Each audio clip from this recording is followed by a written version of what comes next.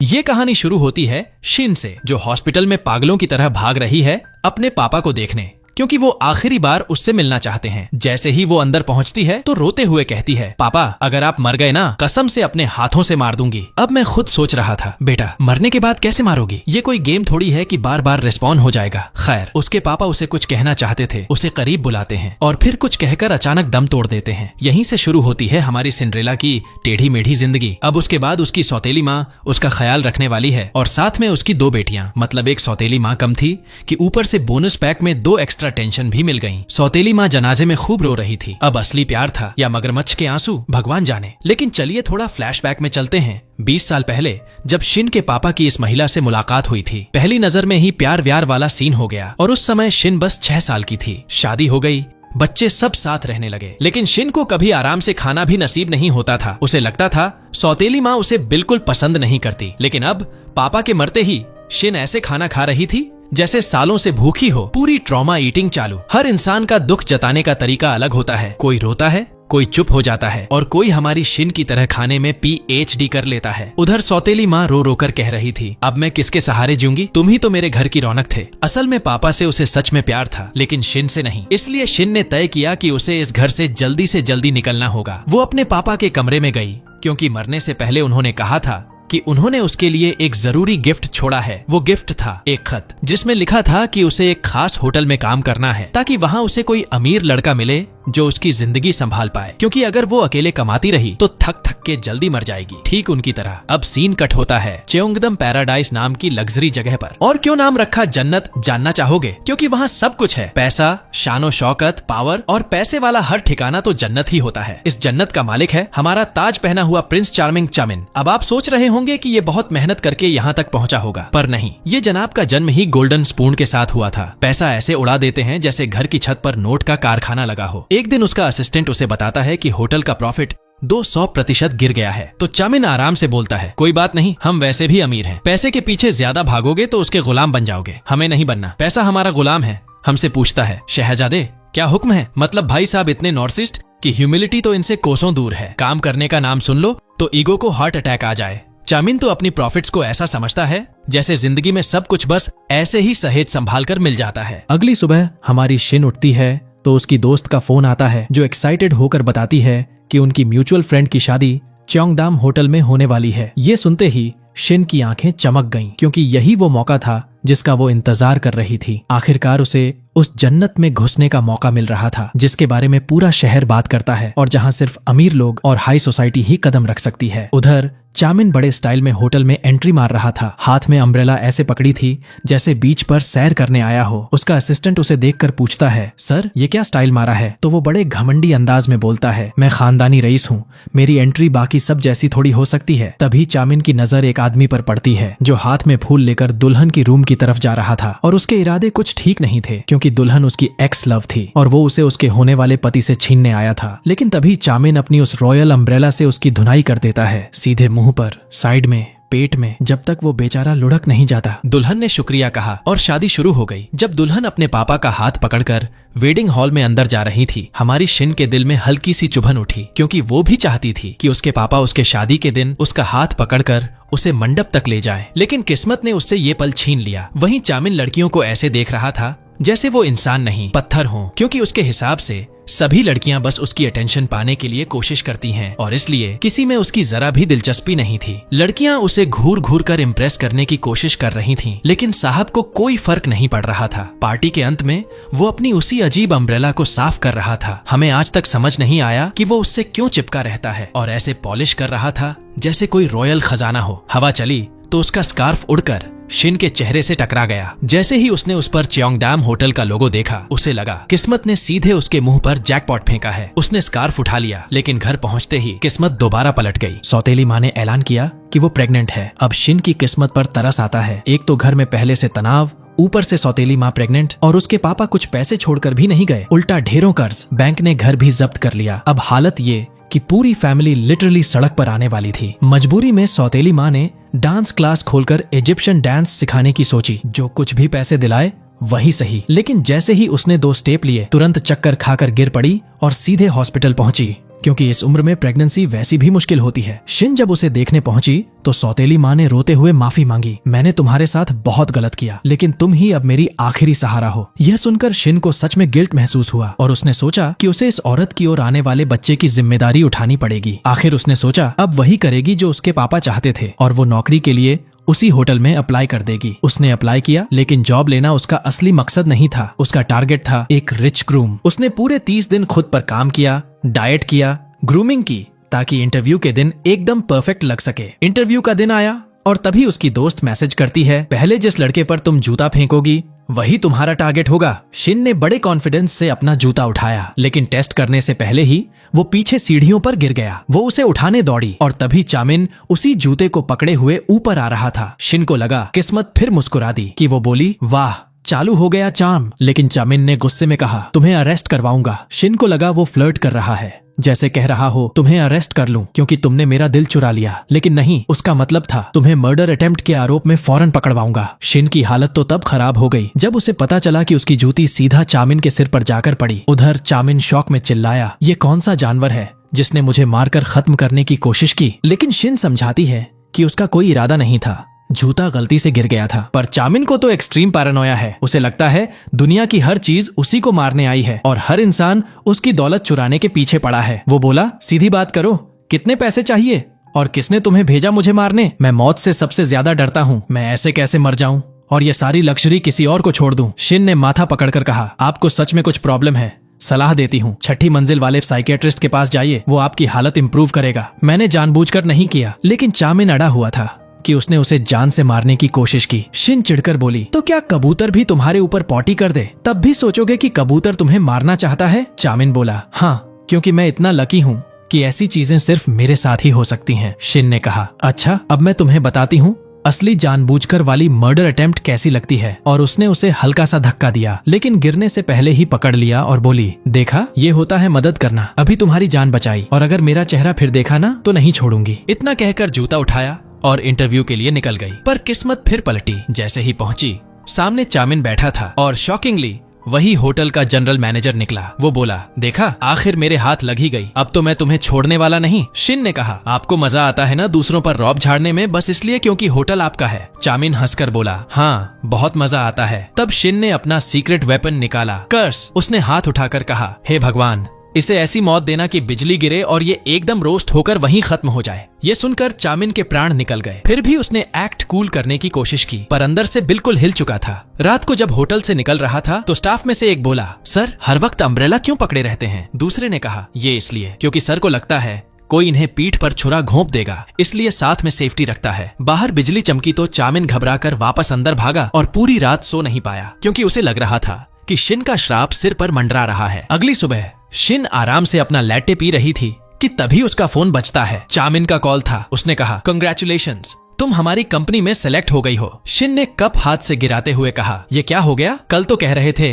कभी हायर नहीं करूंगा। चामिन घबराए हुए टोन में बोला, सच बोलूं, तुम थोड़ी लकी लग रही हो और सच में डर लग रहा है कि तुम्हारी दुआ सच न हो जाए, इसलिए आकर काम संभालो। शिन हंसकर बोली, सही कहते हैं, हर बड़े विलन का काल उससे बड़ा विलन होता है। कल मिलते हैं। ये सुनकर चामिन का ईगो जमीन पर गिर गया। अगले दिन वो खुद को मिरर में देख देख कर मोटिवेट कर रहा था। मैं बस अच्छा दिख रहा हूँ, इम्प्रेस करने के लिए नहीं, बस स्ट्रांग दिखना है। यानी बेटा, दोनों बातों का मतलब एक ही है। काम पर पहुंचकर शिन ने उसे देखा। साहब ने मेडिवल वॉरियर वाला ब्रॉड बेल्ट पहन रखा था, पूरा सिक्योरिटी गार्ड वाइब दे रहा था। शिन के हंसी रोकने के लिए दांत दर्द जैसा एक्सप्रेशन बन गया, लेकिन पोलाइटली बोली, ताकि जॉब न चली जाए। चामिन ने एटीट्यूड में कहा, तुम्हें फेक स्वीट बनने की जरूरत नहीं, नॉर्मल बोलो जो बोलना है। शिन ने आंखें चमकाकर कहा, श्योर, कुछ भी बोल सकती हूँ। चामिन प्राउडली बोला, हाँ एनीथिंग। तो शिन बोली, तो सच बोल दूं? ये बेल्ट पहनकर तुम्हें देखकर कोई भी लड़की भाग जाएगी, प्लीज उतार दो, पूरे के पूरे डाकू लग रहे हो। ये सुनते ही चामिन ने बेल्ट झट उतार दिया और उसका पूरा ईगो जमीन पर गिरकर चकनाचूर हो गया। उसे लगा था कि शिन उसे देखते ही बेहोश हो जाएगी, लेकिन मैडम ने तो आते ही उसका ईगो हिला दिया। फिर वो दोनों अंदर गए ताकि स्टाफ उसे नए एम्प्लॉय की तरह वेलकम कर सके। चामिन ने बड़ी अकड़ में कहा, मैं फ्री बैठा था, सोचा एक नई लड़की रखकर थोड़ी मस्ती कर लूं, चलो इसके लिए वेलकम पार्टी करते हैं। सब लोग गाना शुरू कर देते हैं और बारी बारी से अपने अपने सपने बताते हैं। शिन की बारी आई तो उसने कहा, मेरा सपना है कि मैं सिंड्रेला बनूं। ये सुनकर चामिन ने ऐसी घटिया नजर डाली जैसे कह रहा हो अच्छा शादी करना चाहती है, बस यही एम्बिशन है। और तभी से वो उसे बर्दाश्त नहीं कर पा रहा था। बाद में जब वो उसके साथ दफ्तर में गया तो बोला, मुझे नहीं पता था तुम ऐसी हो, तुम्हारा बस दूल्हा पकड़ना ही लाइफ का मकसद है। उसने गुस्से में कहा, क्योंकि मेरी जिंदगी मुश्किल है, तुमने कभी गरीबी देखी ही नहीं। पर उसे कोई फर्क नहीं पड़ा। उसने कहा, अब मुझे फर्क नहीं पड़ता, मैंने फैसला बदल दिया, मैं तुम्हें यहाँ काम नहीं करने दूंगा। उसने जिद पकड़ ली कि उसे जॉब चाहिए एंड अगर वो जीत गई तो उसे निकाल नहीं सकते। तब चामिन ने कहा, ठीक है चलो चैलेंज करते हैं, आर्म रेसलिंग और पीने में कंपटीशन, जो जीते वही बोलेगा। नदी किनारे गए। आर्म रेसलिंग में तो वो हार गई क्योंकि चामिन ताकतवर था, मगर ड्रिंकिंग में शिन भारी पड़ गई। चामिन तो 2 घूंट भी नहीं पी पाया। उसने मुस्कुराकर कहा, देखा दिमागी ताकत में मैं तुमसे आगे हूँ, तुम बस मसल मैन हो। चामिन बोला, ठीक है रो मत, काम कर लो यहाँ। शिन खुश हो गई और बोली, कॉन्ट्रैक्ट साइन कर लेते हैं ताकि तुम मुझे निकाल ना सको। कॉन्ट्रैक्ट बस साइन हुआ ही था कि शराब का असर चढ़ गया। उसे तुरंत वॉशरूम जाना था और हालत इतनी खराब कि बस फटने ही वाली थी। चामिन बेचारा टेंशन में पड़ गया। उसने कहा, चुप जाओ ना, यहीं कर लो, पास में कोई बाथरूम नहीं है। शिन चिल्लाई, तुम जाओ यहाँ से, मैं तुम्हारे सामने ये थोड़ी करूंगी। पर चामिन को उसे अकेला छोड़ना भी सही नहीं लगा। तब शिन बोली, बेहतर है कि मैं अपने ऊपर कर लूं, पर तुम मत देखो। तब चामिन मन मारकर चला गया, पर कुछ सेकंड में वापस आकर उसे अम्ब्रेला थमाई और खुद उसे उठाकर भागा बाथरूम की तरफ जैसे कोई प्रिंस। जो आदमी 5 मिनट पहले ईगो की फैक्ट्री था, वही उसे बचाने दौड़ रहा था। और शुक्र है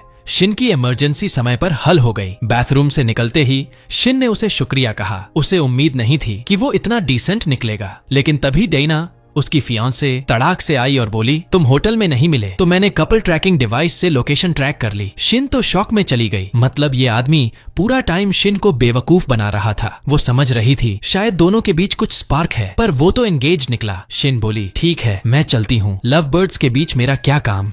चामिन उसे रोकना चाहता था, पर वो जा चुकी थी और वो अपनी फियांसे से झुंझला गया क्योंकि उसने पूरा मूड खराब कर दिया। उसे तो हमारी शिन के साथ टाइम बिताना पसंद आ रहा था क्योंकि उसका सेंस ऑफ ह्यूमर उसे पसंद आ गया था। अगले दिन शिन होटल में अंदर जा रही थी कि सामने से चामिन ने आवाज लगाई, कल जो तुम ऑलमोस्ट अपने ऊपर करने वाली थी, इधर आओ। शिन ने कहा, हे भगवान, यही रह गया था। 1 मिनट वाली इमरजेंसी हमेशा के लिए टैग बन गई। चामिन बोला, थोड़ा थैंक यू तो बोल देती, मैंने कल तुम्हें उठाया था, मेरी टांग तो अब भी दुख रही है। शिन ने कहा, मैं बोलती, पर आपकी फियांसे आ गई थी। उसे देखकर थैंक यू अटक गया। चामिन ने छेड़ा, अच्छा मतलब तुम सोच रही थी कि अगर मेरी फियांसे न होती तो तुम मुझे इम्प्रेस कर लेती, मुझे अपने चाम में फंसा लेती। शिन हंसते हंसते बोली, मुझे एक मेंटल केस से प्यार, नॉट हैपनिंग। चामिन बोला, ये मेंटल केस ही तुम्हें नौकरी दे रहा है। उसने जवाब दिया, हाँ, और इसी वजह से तुम पागल हो, कोई और ऐसी कंपनी में मुझे हायरिंग करता भी नहीं। वो बोलते बोलते अचानक खुद ही समझ गई कि वो क्या बोल रही है। फट से चुप हो गई और बोली, देखो तुम्हारे यहाँ काम कर सकती हूँ, हाँ, लेकिन तुमसे प्यार व्यार एब्सोल्युटली नहीं। और फिर वो होटल के अंदर गई ताकि ट्रेनिंग शुरू कर सके। स्टाफ उसे किड्स कॉर्नर दिखा रहा था जहाँ बच्चे खेलते थे, लेकिन वहाँ क्या देखती है, हमारा नार्सिसिस्ट शहजादा खुद बच्चों की तरह खेल रहा था, मानो खुद को 5 साल का बच्चा समझ बैठा हो। फिर वो उसे होटल के अलग अलग हिस्से दिखाने लगा। तभी एक गेस्ट ने उसे देखकर कहा, आप नई लग रही हैं। शिन बोली, हाँ बिल्कुल नई हूँ। लेकिन तभी चामिन बीच में कूद पड़ा और बोला, नई ही नहीं, बिल्कुल fresh out of the oven, और इसे मैं खुद ट्रेन करूंगा। और वो उसे ट्रेनिंग के बहाने अलग ले गया। उधर देना, उसकी फियांसे, दूर से दोनों को साथ जाते देख रही थी और उसको जलन तो ऐसी लगी कि आंखों से धुआं निकल जाए। इस बीच चामिन उसे लॉन्ड्री रूम में ले जा चुका था और पर्दे धोने के तरीके सिखा रहा था। शिन ने चिढ़ाते हुए कहा, वाह आप तो बड़े स्ट्रांग निकले, खुद ही पर्दे धो लेते हैं। चामिन ने पूरी अकड़ में कहा, नहीं मैडम, मैं नहीं, ये तुम धोगी। तुम सोच रही हो सीधे मेन हॉल में काम करोगी, पहले असली काम सीखो, चलो एम्प्लॉई बनो और काम शुरू करो। वो बाहर निकला ही था कि डायना धमकी और बोली, सुना है तुम किसी अमीर आदमी से शादी करना चाहती हो। शिन बोली, लगता है गॉसिप हवा से भी तेज फैल रहा है। डायना ने ताना मारा, अगर सच में चाहती हो तो विश स्वीट में काम करो, वहाँ असली रिच लोग मिलते हैं। उधर हमारा चामिन उसे कोई भी बेकार सा काम थमा रहा था ताकि वो गेस्ट से दूर रहे, कहीं कोई अमीर लड़का उसे पसंद न कर बैठे। यानी भाई साहब को खुद ही नहीं पता कि उसे जेलसी क्यों हो रही है। बाद में वो रूफटॉप पर पर्दे सुखाने गई, ईयरबड्स लगाए, मस्त म्यूजिक सुन रही थी। तभी चामिन ऊपर आया और उसे इतने खुश मूड में देखकर सोचा, ये क्या सुन रही होगी। बस यही उसकी गलती थी। जैसे ही उसने एक ईयरबड कान पर लगाया, अंदर से पूरा का पूरा 18+ वाला एडवर्टाइजमेंट बज उठा और वहां सिचुएशन बन गई फुल ऑन एम्बैरेसमेंट की। शिन ईयरबड्स खींचने के लिए भागी, लेकिन चामिन पर गिर गई। चामिन ने उसे घूरते हुए कहा, तुम तो पूरी परवर्ट निकली, क्या सुन रही थी। शिन चिल्लाई, अरे भगवान, गलत समझ रहे हो, ये मेरे बस में नहीं था। आई स्वेयर मैं शरीफ हूँ। दिन के आखिर में वो हॉस्पिटल में अपनी स्टेप सिस्टर को देखने गई, लेकिन स्टेप सिस्टर बोलती है, अभी काम है, बाद में बात करती हूँ। बाहर आते ही स्टेप सिस्टर का फ्रेंड ने शिन को रोका और कहा, मुझे तुम्हारी स्टेप सिस्टर पसंद है, उससे शादी का प्रपोजल देना चाहता हूँ, पर पहले उसके फिंगर साइज चाहिए। शिन को लगा उसकी स्टेप सिस्टर की लाइफ भी संभल जाए तो अच्छा है, तो वो घर जाकर उसकी रिंग ले आई। उसने रिंग दी तो उस आदमी ने उसे पैसे थमा दिए थैंक यू बोलने के लिए। पर हमारी शिन ने क्या किया, कोई समझदारी वाली चीज करने के बजाय सीधा एक तांत्रिक बाई के पास पहुंच गई और बोली, मुझे ऐसा मंत्र दो कि कोई अमीर आदमी मुझ पर फिदा हो जाए और मेरी किस्मत बदल जाए। अगले दिन जब वो होटल पहुंची, चामिन भी आ चुका था। उसने पूछा, आज इतनी जल्दी? शिन बोली, ताकि तुम्हारा सारा लॉन्ड्री खत्म करके बाहर जाकर गेस्ट्स को हैंडल कर सकूं। चामिन ने हंसकर कहा, कल तक तो मैं डर रहा था कि तुम गेस्ट्स के बीच जाओगी तो कोई तुम पर फ्लैट हो जाएगा, पर अब लगता है कोई पढ़ने वाला नहीं। जाओ बाहर मैनेज करो। वो इतना ताना मारकर अंदर जा ही रहा था कि पीछे से शिन अचानक जोर से चिल्लाई, तुम मेरे साथ मजाक कर रहे हो क्या? और बस इस एक पल में उसका दिल बूम धड़क उठा। वो जितना दिखावा करता था कि वो ठंडा इंसान है, उतना ही जल्दी हल्का पल्की चीजों से उसका दिल हिल जाता था। वो रोकते हुए बोला, मेरे पास मत आया करो, तुम्हारी स्मेल अजीब लगती है, और गुस्से से अंदर चला गया। शिन हैरान, मेरी स्मेल? मैं तो अभी नहा के आई हूँ। लेकिन उसने सोचा, छोड़ो, इससे दिमाग लगाने का फायदा नहीं। उसने अपनी वो लिस्ट निकाली जिसमें उसने लिखा था कि उसे अपने ड्रीम बॉय में क्या क्या चाहिए, लुक्स, बॉडी, नेचर, सब डिटेल्स। और तभी वो उसकी तरफ देख ही रही थी कि अचानक उसका हाथ एक लड़के से टकरा गया। और क्या बोलूं, लड़का तो पूरे चांद जैसा हैंडसम था और ऊपर से उसमें वही क्वालिटीज थीं जो हमारी शिन ने अपनी ड्रीम मैन लिस्ट में लिखी हुई थी। और इसी शानदार मोमेंट को हमारा हीरो दूर से खड़े होकर घूर रहा था। तभी वो हैंडसम लड़का होंग शिन की लिस्ट पढ़ने ही वाला था कि वो घबरा कर उसे खींचती है और खींचते खींचते उसके शर्ट का बटन टूटकर गिर जाता है। वो तुरंत माफी मांगने लगती है, पर होंग बोला, कोई बात नहीं, मैं ही पढ़ने की कोशिश कर रहा था। उसने होंग को प्रॉमिस किया कि वो उसका बटन वापस लगा देगी, लेकिन होंग ने इनकार कर दिया। बोला, ये उसके लिए कोई बड़ी बात नहीं। लेकिन जैसे ही उसे सुई धागा मिला, बस मिनटों में पूरा प्रोफेशनल मोड ऑन कर दिया। जैकेट ऊपर से हटा दी, बटन टांग दिया, शर्ट पहनी। भांजे हैंडसम भी, टैलेंटेड भी, और खुद की मदद खुद करना भी आता है। शिन उसके पास बैठ गई, थोड़ा ख्याल दिखाने, थोड़ा जानने के लिए। पूछती है, आपकी उम्र क्या है? वो बोला, 30। शिन की तो आंखें फैल गईं। क्या आप तो मुश्किल से 20 के लगते हो। होंग हंसा और बोला, नहीं, मैं ड्रिंक और स्मोक करता हूँ, उम्र दिख ही जाती है, बस तुम्हारी आंखें अच्छी हैं, इसलिए सबको सुंदर देखती हो। शिन को तो शौक और भी बढ़ गया जब उसने बताया कि वो होंग है, वही फिल्म डायरेक्टर जिसने कम उम्र में बेस्ट डायरेक्टर का अवार्ड जीता था किसी मशहूर फिल्म के लिए। शिन तो लिटरली स्टार स्ट्रक। उसने होंग से वादा किया कि उसके यहाँ रहने तक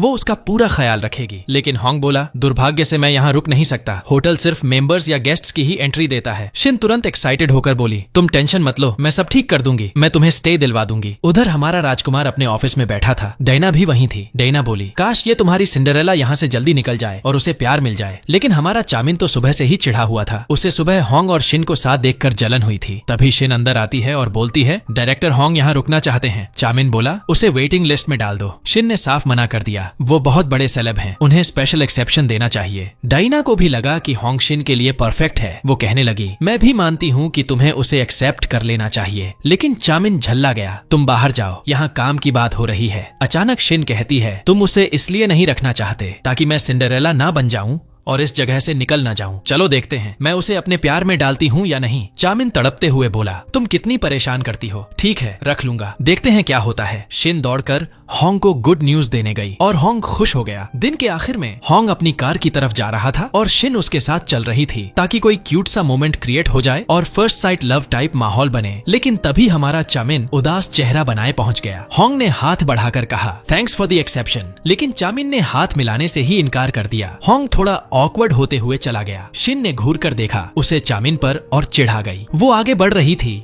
कि चामिन पीछे पीछे आ गया। शिन ने कहा, तुम मेरे पीछे क्यों पड़े हो? और चामिन उसे धक्का देकर बोला, मैंने कहा था ना तुम्हारी स्मेल वियर्ड है, दूर रहो। धक्का लगते ही शिन सीधा होंग की बाहों में जा गिरी और होंग ने उसे संभालते हुए कहा, वैसे तुम्हारी खुशबू अच्छी है और बाल संभाल लो, होंठ पर आ रहे हैं। और हमारे प्रिंस का बेवकूफाना रवैया वो दोनों को और भी करीब कर रहा था। अगले दिन शिन बल्ब बदल रही थी सीढ़ी पर खड़ी होकर। होंग आया और बोला, तुम नीचे मत उतरो, और अगले ही सेकंड उसे गोद में उठाकर नीचे उतार लाया फिल्मी अंदाज में। शिन के दिल में तो बस एक ही बात थी, लगता है किस्मत ने मुझे इसके लिए ही बनाया है। उस दिन होटल में एक बड़ी ग्रैंड पार्टी थी और हमारे हीरो ने हमारी शिन से बोला था कि अच्छे से तैयार होकर आना, लेकिन मैडम लेट हो गई और वो बाहर तिल तिल करके उसका इंतजार कर रहा था। तभी वो एंट्री मारती है, पूरी ऑन पॉइंट, एकदम 10/10 लुक में। लेकिन दिक्कत ये हुई कि वो स्माइल कर रही थी, और वो स्माइल हमारे हीरो के लिए नहीं बल्कि सीधा होंग के लिए थी। बंदा तो वहीं जल भुन गया, और ऊपर से पूरी पार्टी में वो होंग के साथ ऐसे चिपकी घूम रही थी जैसे उसकी परमानेंट +1 हो। एक औरत ने तो सीधा पूछ लिया, ओह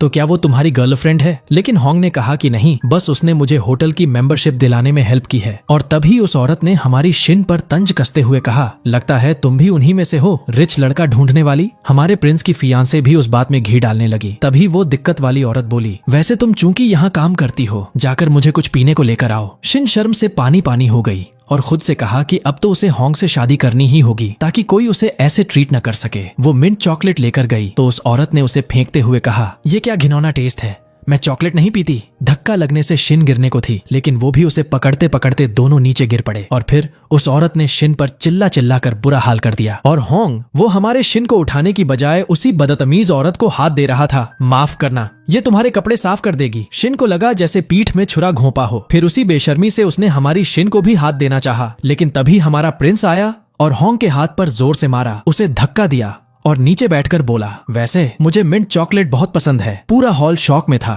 जैसे उसने खुली हवा में इजहार मोहब्बत कर दिया हो। उसकी फियांसे ने उसे जोरदार थप्पड़ मारा, लेकिन उसे कोई फर्क नहीं पड़ा। उसने शिन को अपनी जैकेट पहनाई और उसे साथ लेकर अपने ऑफिस में चला गया। उसने पूछा, तुमने जवाब क्यों नहीं दिया? मुझ पर तो चिल्ला लेती हो, पर उन्हें तुम्हें बेइज्जत करने दिया? शिन बोली, क्योंकि गलती मेरी थी, मुझे माफी मांगनी चाहिए थी। उसने कहा, नहीं, तुम्हें डांटने का हक सिर्फ मेरा है, क्योंकि मैं जानता हूँ तुम्हें मनाना कैसे है। अचानक उसका सॉफ्ट होना शिन को समझ नहीं आया, तो उसने कहा, अच्छा अब अपनी फियांसे को मनाने जाओ, वो अभी नाराज होगी क्योंकि तुम किसी और की परवाह कर रहे थे। उधर वॉशरूम में होंग आया और तड़क कर बोला, तुम उसकी केयर क्यों कर रहे हो? तुम्हारे जैसे लोग उसके जैसी लड़की से रिलेशनशिप नहीं बना सकते। हमारा हीरो बोला, ये मेरी पर्सनल लाइफ है और हाँ, उसके बारे में ठीक से बात करो। होंग पास आया, पूछने लगा कि ये सिंपैथी है या लव? तुम्हें उस पर एक्चुअल में क्रश तो नहीं हो गया? प्रिंस गुस्से में जवाब देता है, तुमने हेल्प करने से मना किया था और अब मुझसे पूछ रहे हो कि मैं उससे प्यार करता हूँ या नहीं। लगता है तुम मर्द ही आधे अधूरे हो। ये सुनकर हमारा टॉक्सिक किंग चुप हो गया। उसे वो पुराना दर्द याद आ गया जब उसकी एक्स उसे छोड़कर किसी और अमीर आदमी के पास चली गई थी। वो ये रिपीट नहीं होने देना चाहता, तो अब वो बस हमारी शिन पर ही अपनी टॉक्सिसिटी निकाल रहा था। इधर शिन उस औरत से माफी मांगने गई क्योंकि वो उससे टकरा गई थी, पर उस औरत ने ताना मारा, तुम क्यों माफी मांग रही हो? तुमने कुछ किया ही नहीं। यही फर्क है, तुम जैसे गरीब लोग बिना वजह भी सॉरी बोल देते हो, लेकिन मेरे जैसी कोई जिंदगी में कभी माफी नहीं मांगती, क्योंकि मैं कभी तुम्हारे लेवल पर रही ही नहीं। शिन की आंखें भर आईं। उसे लगा कि वो इस दुनिया में फिट नहीं होती। तभी हमारे चामिन ने उसे देखा और पूछा, क्या हुआ? शिन बोली, ये दुनिया बहुत क्रूअल है। मैं सोच रही थी यहाँ आकर कुछ बदल जाएगा, पर यहाँ सब कुछ पहले से भी बुरा है। चामिन ने कहा, अगर मैं तुम्हारा एक सपना पूरा कर दूं तो क्या करोगी? फिर उसने उसे आंखें बंद करने को कहा। शिन ने आंखें बंद की, उसका हाथ पकड़ा और तभी सबकी नजरें उधर पड़ी। वो उसके करीब आकर उसे किस किया और फिर दोनों हाथ पकड़कर वहां से साथ बाहर निकल गए। वो हैरान थी कि वो ऐसा बर्ताव क्यों कर रहा है, जबकि कुछ दिन पहले ही उसने साफ कहा था कि वो उससे नफरत करता है। लेकिन इस बार उसने उसकी आंखों में देखकर कहा, किसने कहा कि मैं तुमसे नफरत करता हूँ? मैं तो ये सब इसलिए कर रहा हूँ क्योंकि मैं तुमसे बिल्कुल भी नफरत नहीं करता और तुम्हारा सपना पूरा करने में मदद करना चाहता हूँ। शिन को एक पल को लगा, ये क्या? ये तो उस पर तरस खा रहा है और उसे किसी की सिंपैथी बिल्कुल नहीं चाहिए थी, इसलिए वो सीधे वहां से चली गई।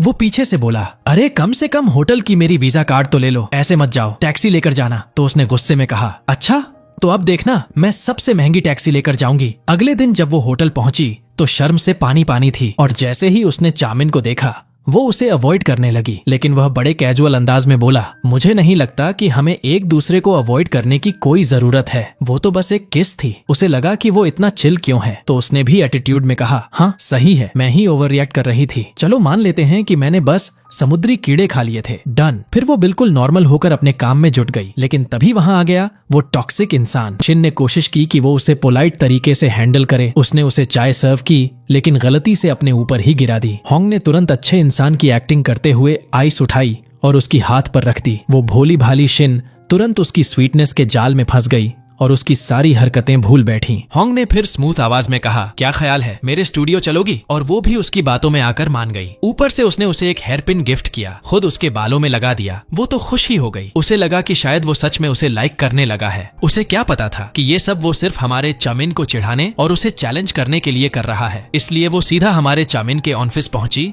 और पूरी कहानी बता दी। उसने माथा पकड़कर कहा, तुम पागल हो क्या? प्लीज बताओ कि तुम सच में उसके स्टूडियो नहीं जाओगी। तो उसने बड़ी मासूमियत से कहा, क्यों नहीं जाऊंगी? तुम्हारा रिएक्शन ही तो सब बदल गया। यही तो हमारा प्लान था ना। लेकिन उससे पहले एक बात कंफर्म करनी है, मुझे तुम्हें एक बार फिर किस करना पड़ेगा, क्योंकि मुझे शक है किसी बात पर, और अगर मेरा डाउट सही निकला तो हम दोनों की वाट लग जाएगी। वो दंग रह गया। क्या तू पागल हो गई है क्या? क्या कंफर्म करना है तुझे? वो बोली, डर मत, यहाँ कोई नहीं है, बस आंखें बंद कर लो। लगता था वो ये चेक करना चाहती थी कि उसके दिल में फीलिंग्स किसके लिए हैं, लेकिन वो डर के मारे मानने को तैयार ही नहीं था। वो बोली, वाह तुम तो बहुत बड़े डरपोक निकले। आखिर डर किस बात का है? उसने बस झुंझलाकर कहा, बस तुम स्टूडियो चली जाओ बस। वो हैरान रह गई। ये वही इंसान है जो अभी तक कह रहा था कि वो उसे वहां नहीं जाने देगा, और अब खुद भेज रहा है। थोड़ी देर बाद उसने खुद को संभालते हुए कहा, ठीक है, मैं तुम्हें यूं ही थोड़ी जाने दूंगा। शिन को लगा, चलो इंसानियत बाकी है इसके अंदर। लेकिन जनाब उसे सीधे ऐसे कमरे में ले गए जहां ढेरों कपड़े थे। बोले, कुछ अच्छा पहन लो फिर जाना। वो बोली, ओह तो तुम इतनी देर से मुझे सजाने में लगे हो? मैं बेवकूफ हूँ जो सोचा था तुम अच्छे हो रहे हो। खैर, उसने एक आउटफिट चुना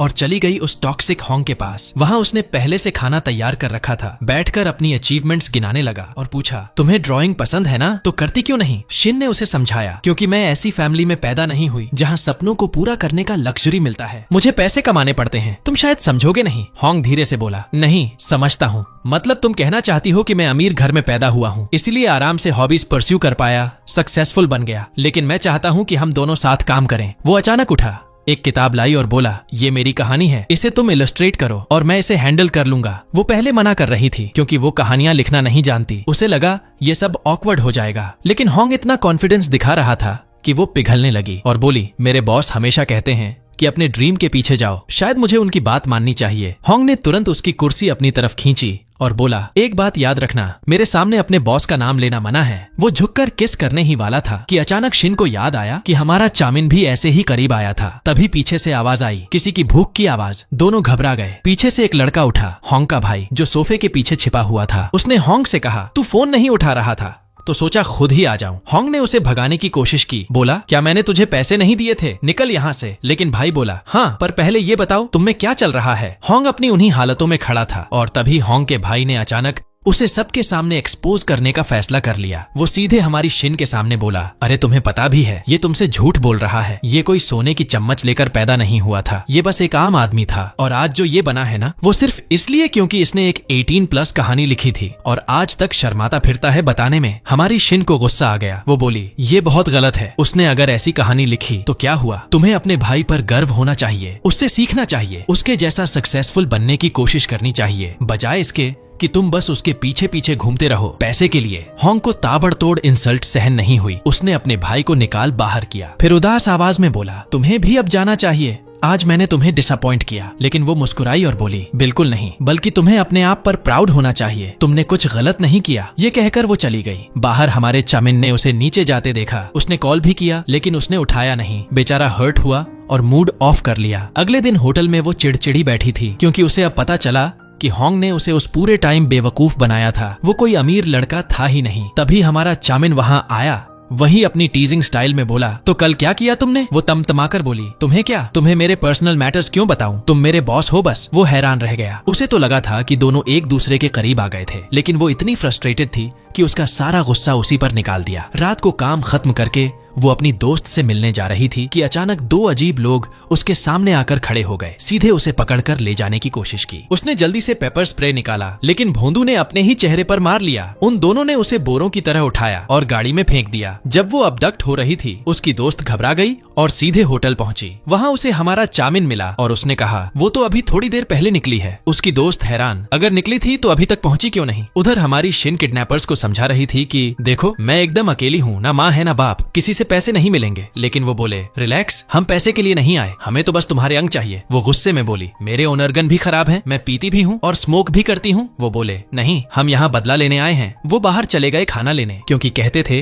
खाली पेट मारने में मजा नहीं आता। उसने फोन की AI को कहा, पुलिस को कॉल करो। लेकिन एआई ने बेवकूफी की और आखिर में उसी दोस्त का नंबर मिला दिया। उसने फोन उठते ही कहा, मैं किडनैप्ड हो गई हूँ, प्लीज बचाओ। और उसके बगल में हमारा चामिन ही बैठा था। उसने तुरंत कामली पूछा, तुम कहाँ हो, डिटेल्स दो, मैं आता हूँ। और वो बिल्कुल पागलों की तरह दौड़ पड़ा। उसके दिमाग में बस वही फ्लैशबैक घूम रहा था जब उसे बचपन में किडनैप किया गया था। वहां पहुंचकर उसने उन सबको एक एक करके धुना, लिटरली उन्हें चूर चूर कर दिया और फिर दौड़कर उसे जोर से गले लगाया। बाद में उसे पता चला कि ये लोग उसे सिर्फ इसलिए उठाकर ले गए थे क्योंकि डैना, जो हमारे चामिन की फियांसे है, उससे क्लैश में थी। उन्हें बस उसे डराना था। लेकिन हमारी शिन को गुस्सा था। उसने एक किडनैपर की भौहें उखाड़ दी क्योंकि उसने उसे अगली कहा था। बाद में वो चामिन के साथ कार में बैठी और बोली, तुमने मुझे बचाया क्यों? मैंने तो तुमसे कहा था मेरी लाइफ में मत घुसो। ऊपर से कल तुम्हारे साथ भी बुरा बोला था। वो हल्की मुस्कान में बोला, मैं तुम्हें ऐसे हाल में अकेला कैसे छोड़ देता। घर पहुंचकर शिन ने देखा उसकी सौतेली माँ और उनके बच्चे उसका इंतजार कर रहे थे क्योंकि उसने फिर एक मुसीबत खड़ी कर दी थी। असली शौक तब लगा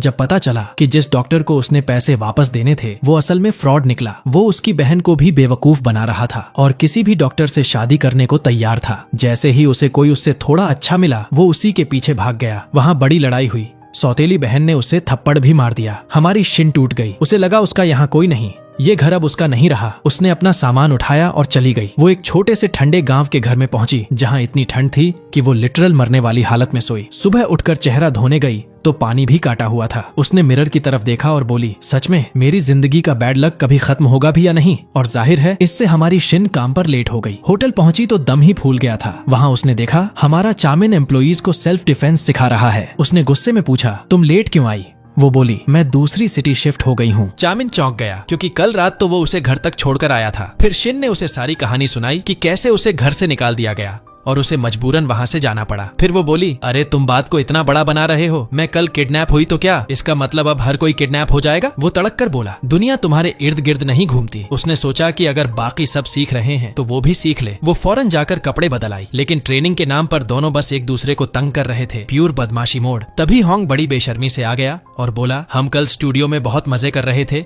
तो तुम्हें देखने चला आया। फिर उसे अकेले में बात करने ले गया। असल में वो उससे रिश्ता बनाना चाहता था क्योंकि जब वो उसकी तरफ से डिफेंड हुई तो उसकी नजर में वो और भी ऊपर चढ़ गई। शिन शॉक में थी क्योंकि वो तो हमेशा कहता था कि उसे अपनी जिंदगी बदलनी है और किसी हाई क्लास लड़की से शादी करनी है। लेकिन होंग की जिद थी कि वो सिर्फ उसी के साथ रहना चाहता है। शिन ने कहा कि उसे सोचने के लिए टाइम चाहिए। उधर हमारा चामिन आया, पूरा क्यूरियस, क्या बात हो रही थी। उसने पूरा किस्सा बताया और साथ में ताना भी मार दिया। देखो होंग कैसे एकदम ऑफिशियली पूछ रहा है, आदमी है, सीधा बोलता है। असल में वो उसे हल्का हल्का उकसा रही थी कि वो भी क्लियरली बोले। लेकिन हमारा चामिन चिढ़कर बोला, अरे वो मजाक कर रहा होगा और तुम भी पागलपन में भरोसा कर लेती हो और मैं तुम्हें उस लड़के के साथ कभी भी नहीं छोड़ूंगा। वो उसके करीब आया ही था कि अचानक उसकी आवाज ही निकल गई। वो कुछ बोल नहीं पाया। शिन ने थक कर कहा, मैं तुमसे अब तंग आ चुकी हूँ। फिर उसने चैलेंज जैसा दे दिया, चलो आज रात मेरे उसी पुराने कॉटेज वाले घर में रुकते हैं, देखते हैं तुम मेरी मैसी जिंदगी झेल भी पाओगे या नहीं। दोनों उस ठंडे टीन शेड जैसे घर में पहुंचे। वो पूरा कोशिश कर रहा था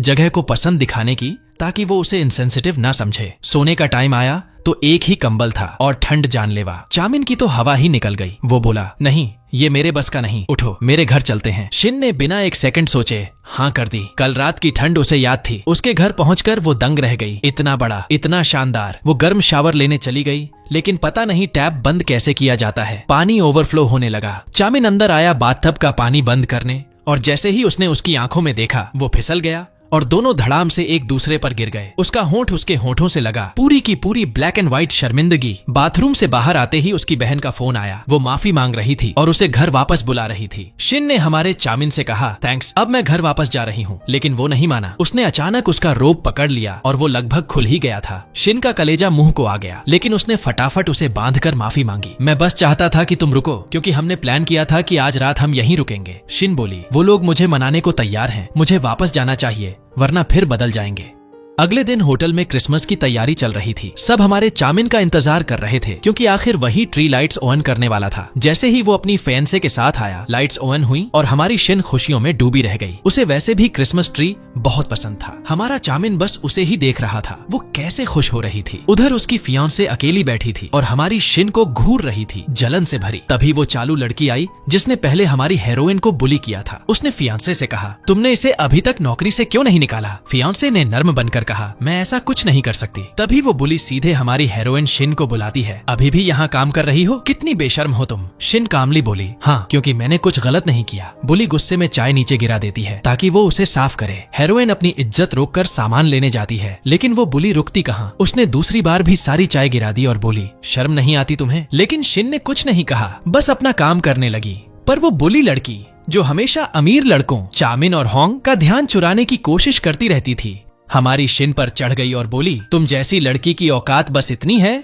कि मेरे पीछे पीछे गंदगी साफ करती फिरे। लेकिन हमारी शिन को अचानक चामिन की वो लाइन याद आ गई, अगर कोई तुझे परेशान करे चुप मत रहना, जवाब देना। बस फिर क्या था, उसने भी उसी एटीट्यूड में जवाब ठोक दिया, मैं अभी तक तुझ पर चुप थी, लेकिन तूने लिमिट क्रॉस कर दी। आज गुनाह भी हो जाए तो कोई गलतफहमी मत पालना। ये सुनकर वो छिछोरी बुली डर के मारे उछलकर खड़ी हो गई। उसी वक्त होंग वहीं खड़ा था तो वो भागकर उसके पीछे छिपने लगी, लेकिन होंग ने उसका हाथ झटक कर कहा, ये सब तूने खुद अपने साथ किया है। तू उसी पर चढ़ती है जिस पर तेरा बस नहीं चलता, और रही बात मेरा ध्यान खींचने की, तो मुझे तो वो पसंद है। ये बोलकर वो हमारी शिन के पास चला गया। सारे कर्मचारी लिटरली अपने मुंह पर हाथ रखकर खुश हो रहे थे, जैसे उनके दिल की दुआ पूरी हो गई हो। लेकिन चामिन वो दूर खड़ा यह सब देखकर जल भुन रहा था। शिन उसके पास गई, उसे बताने कि वो होंग को पसंद नहीं करती और वो उसे मना करने जा रही थी। लेकिन भाई साहब ने उसी टाइम अपना टॉक्सिक मोड ऑन कर दिया और बोला, तो मतलब तुम उसके इमोशन से खेल रही हो, कम से कम उसको ठीक से ट्रीट करो। ये सुनकर हमारी शिन अंदर से टूट गई, क्योंकि उसे उससे बिल्कुल अलग रिएक्शन की उम्मीद थी। पर उसने खुद को काबू में रखा और अपने दिल को साइलेंट मोड पर डाल दिया। बाथरूम में चामिन हाथ धो रहा था कि तभी होंग आया और उसे चिढ़ाते हुए बोला, अब तो वो ऑफिशियली मेरी है, ओके? तू अपनी फियांसे पर ध्यान दे, अगली बार बेहतर किस्मत। ये सुनकर चामिन का पारा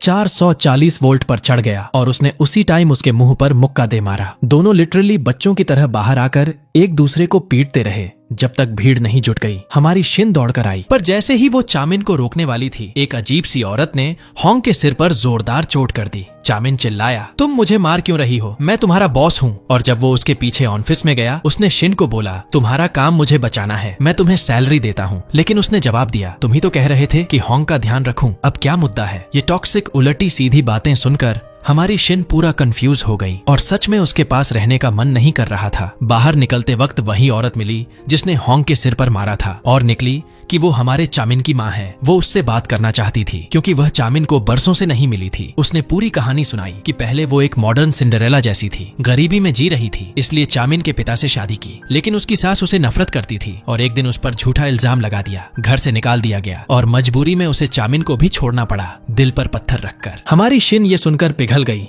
और उसने फैसला किया कि वो माँ को चामिन से मिलवाएगी। उसने चामिन को एक काफे ले जाकर बैठा दिया, लेकिन उसे बताया नहीं कि कौन आने वाला है। जैसे ही उसने अपनी माँ को देखा, वो शॉक में जम गया। माँ ने उससे 1000 बार समझाने की कोशिश की, लेकिन चामिन के दिल में वो पुराना दर्द इतना बड़ा था कि उसने सुनने से इनकार कर दिया। बाहर भागा, रोता हुआ और हमारी शिन से बोला, ये मुझसे प्यार नहीं करती, ये बस मुझसे कुछ चाहती है। शिन ने उसे गले से लगा लिया और बोली, नहीं, प्यार हमेशा दिखता नहीं है, कभी कभी समझने में टाइम लगता है, लेकिन इसका मतलब ये नहीं कि वो प्यार असली नहीं है। वो तुमसे सच में प्यार करती है। उसकी बात ने चामिन का दिल पिघला दिया। वो वापस अंदर गया, बैठकर अपनी माँ की सारी बात सुनी आखिरी बार, और फिर बाहर आकर हमारी शिन से बोला, क्या तुम मुझे एक हक दोगी? और उसने उसे फिर से गले लगा लिया। उस दिन के बाद चामिन ने फैसला कर लिया कि वो हमारी शिन को कभी नहीं छोड़ेगा। वो उसके जीवन में इकलौती इंसान है जिसने उसे सच्चा प्यार दिया है। अगली सुबह दोनों होटल जा रहे थे। दोनों के चेहरे पर खुशी छिपाए नहीं छिप रही थी। बाहर मिलकर ऐसे रिएक्ट कर रहे थे जैसे सालों बाद मिले हों। तभी एक कार गुजरी जिसमें एक शरारती बच्चा पानी छिड़कने की कोशिश कर रहा था, तो चामिन ने जल्दी से अपनी अम्ब्रेला खोलकर दोनों को बचा लिया। शिन बोली, देखो अम्ब्रेला तो काम आ ही गई। तो वो हंसकर बोला, वो इसलिए क्योंकि मैं स्मार्ट हूँ। और तभी हमारी शिन मजाक मजाक में उससे बोली कि तेज और स्मार्ट तुम थे, छतरी की वजह से नहीं। तो वो शर्मा गया। फिर शिन ने कहा, ठीक है, अगर तुम इतने तेज तर्रार हो तो ये छतरी मुझे दे दो ताकि मैं खुद को बचा सकूं। और उसने भी बिना सोचे समझे उसे पकड़ा दी। शिन हंसकर बोली, लगता है तुम अब सच में मैच्योर हो गए हो, वरना अपनी छतरी कैसे छोड़ देते। वो तुरंत सर झुकाकर खड़ा हो गया, अंदर ही अंदर यही उम्मीद में कि वो उसका सिर थपथपा कर बोले, शाबाश गुड बॉय। क्योंकि चाहे लड़का कितना भी स्ट्रांग हो, अंदर से अपनी गर्ल से गुड जॉब जानू सुनने का इंतजार तो सबसे ज्यादा होता है। रात को चामिन चुपके से फूल और एक गिफ्ट लेकर हमारी शिन को सरप्राइज देने जा रहा था, लेकिन रास्ते में उसे अपनी वही इरिटेटिंग फियांसे मिल गई। उसने फूल देखकर तुनकते हुए पूछा, कहाँ जा रहे हो इतने प्यारे प्यारे गिफ्ट्स लेकर? चामिन उसे शांत जगह ले गया ताकि उसे सच बताकर सब क्लियर कर दे कि उसे हमारी शिन से प्यार है। लेकिन डेना तो पूरी टॉक्सिक निकली। बोली, वाह, तुम्हारी भी कोई कमजोरी है जिसे मैं इस्तेमाल कर सकती हूँ। सुनो, अगर तुम उस शिन से दूर नहीं रहे तो मैं उसकी जिंदगी मिट्टी में मिला दूंगी। सबको कहूंगी कि उसने तुम्हें मुझसे छीनने की कोशिश की, बिल्कुल उसी तरह जैसे लोग तुम्हारी माँ पर इल्जाम लगाते थे। ये सुनते ही चामिन का दिल दहल गया, क्योंकि ये वही कहानी थी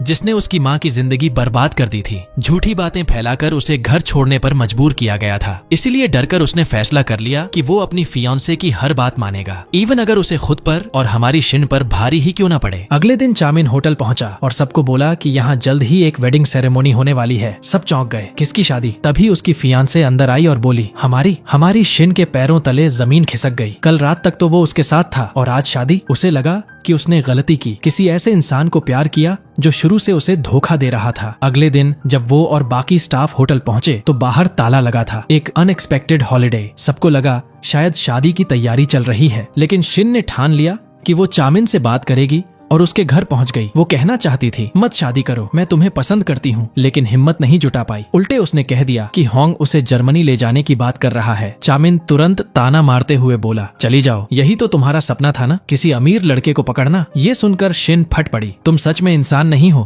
प्लेबॉय निकले, मेरे फीलिंग्स के साथ खेला। तो उसने आगे बढ़कर कहा, असली प्लेबॉय कैसा होता है दिखाऊं? और अचानक उसे चूम लिया। ये होता है प्ले करना। शिन ने जोर का थप्पड़ मारा और रोती हुई निकल गई। यकीन ही नहीं हो रहा था कि वो इतना गिर सकता है। रात के वक्त चामिन का होने वाला ससुर होटल में घुसा और सब सामान चामिन पर फेंकते हुए चिल्लाया, मेरी बेटी को रुलाने की हिम्मत कैसे हुई तेरी? अगर वो तुझसे प्यार न करती होती तो आज यहीं गाड़ देता। कुछ दिनों बाद शिन के घर एक पार्सल मिला। खोला तो उसमें चामिन की बनाई एक स्केच थी और साथ में एक लंबी चिट्ठी जिसमें उसने लिखा था कि वो उसे हमेशा एक लड़ाकू शिन की तरह देखता रहा, न कि सिंड्रेला की तरह, क्योंकि वो स्ट्रांग है, प्यारी है और लोगों की जिंदगी बदलने का दम रखती है, यहाँ तक कि उन लोगों की भी जिन्हें वो प्यार करती है। वो फूट फूट कर रोने लगी, क्योंकि उसने पहली बार सच में समझा कि उसकी असली ताकत क्या है। बचपन में उसे लगता था कि कभी कोई प्रिंस चार्मिंग आएगा और उसे बचा लेगा, लेकिन असली जिंदगी में वो खुद ही प्रिंस बन गई थी और अपने लिए लड़ रही थी। हकीकत यही है, दुनिया में तुम्हें खुद के अलावा कोई नहीं बचा सकता। उसने आंसू पोंछे, आईने में खुद को नए नजरिए से देखा। वो अब किसी प्रिंस की मोहताज नहीं, वो खुद ही वॉरियर है। इतने में उसे होटल के एक कॉलीग का फोन आया, हमने कोई छुट्टी नहीं ली है, होटल तो दिवालिया हो गया, बंद कर दिया गया है, यहाँ अब नई जगह खुलेगी। वो हक्का बक्का रह गई। पूछा, तो चामिन अब क्या करेगा? तो उसने कहा, उसको छोड़ो, पहले अपनी नौकरी बचाने की सोचो। लेकिन शिन ने फैसला कर लिया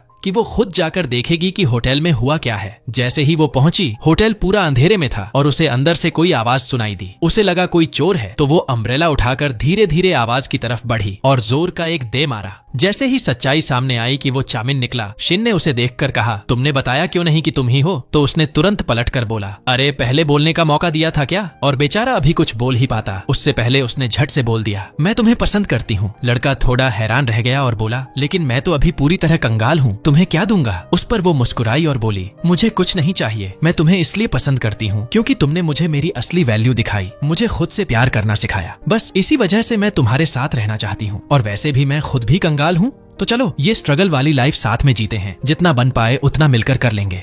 ये सुनकर वो उसके और करीब आया और बोला, मैं भी तुमसे प्यार करता हूँ। हाँ, मानता हूँ कि मुझे टाइम लगा, लेकिन पहली ही मुलाकात से तुम मुझे बाकी सबसे अलग लगी थी। फिर उसने अपनी जेब से रिंग निकाली, वही रिंग जो उसने दिवालिया होने से पहले उसके लिए खरीदी थी ताकि उसे प्रपोज कर सके। और फिर वो उसे अपने घर ले आई ताकि वो उसके साथ, उसके सौतेली माँ और बहनों के साथ रह सके। सच कहें तो घर वालों ने उसे बहुत प्यार से अपनाया। उस रात दोनों एक ही रूम में सोए, बिल्कुल लवर्स की तरह। लेकिन अगली सुबह उठे तो हालत ऐसी बिखरी हुई थी कि देखते ही हंसी निकल जाए। नाश्ते पर पूरी फैमिली बैठी थी और उसके लिए स्पेशल खाना बनाया था। लड़का असल में वो खाना पसंद नहीं करता, लेकिन शिन की बहन ने खुद बनाया था, तो बेचारे ने मजबूरी में मुस्कुराते हुए खा लिया ताकि बहन का दिल न टूटे। एक दिन शिन जॉब ढूंढ रही थी और अचानक किसी ने उसे ऑफर दिया कि वो उसकी कॉमिक स्टोरीज ड्रॉ करे। उसे लगा किस्मत आज पहली बार मुस्कुराई है। उसने तुरंत चामिन को फोन किया और ये खुशखबरी सुनाई। वो उससे मिलने गई तो लड़का उसके लिए फूल लेकर आया। उनकी लाइफ उस वक्त लिटरली 100% फुल ऑन रोमांटिक हो चुकी थी। कुछ वक्त बाद शिन ने अपना सपना पूरा कर लिया। वो एक सक्सेसफुल कॉमिक आर्टिस्ट बन गई और चामिन भी अपनी मेहनत के दम पर दोबारा अपना होटल वापस हासिल करने में कामयाब हुआ। और आखिर में बस इतना याद रखो, किसी को अपनी लाइफ पर कंट्रोल मत लेने दो, अपनी खुशी खुद ढूंढो, क्योंकि तुम्हारी लाइफ की मेन कैरेक्टर तुम ही हो। अपनी स्टोरी खुद लिखो, तब तुम्हारे दुख सिर्फ एक छोटे से चैप्टर बनकर रह जाएंगे और खलनायक हमेशा सिर्फ एक साइड कैरेक्टर कैरेक्टर रहेगा। और इस तरह हमारी कहानी यहीं पूरी होती है। उम्मीद है आपको ये वीडियो पसंद आया होगा। कमेंट करके जरूर बताना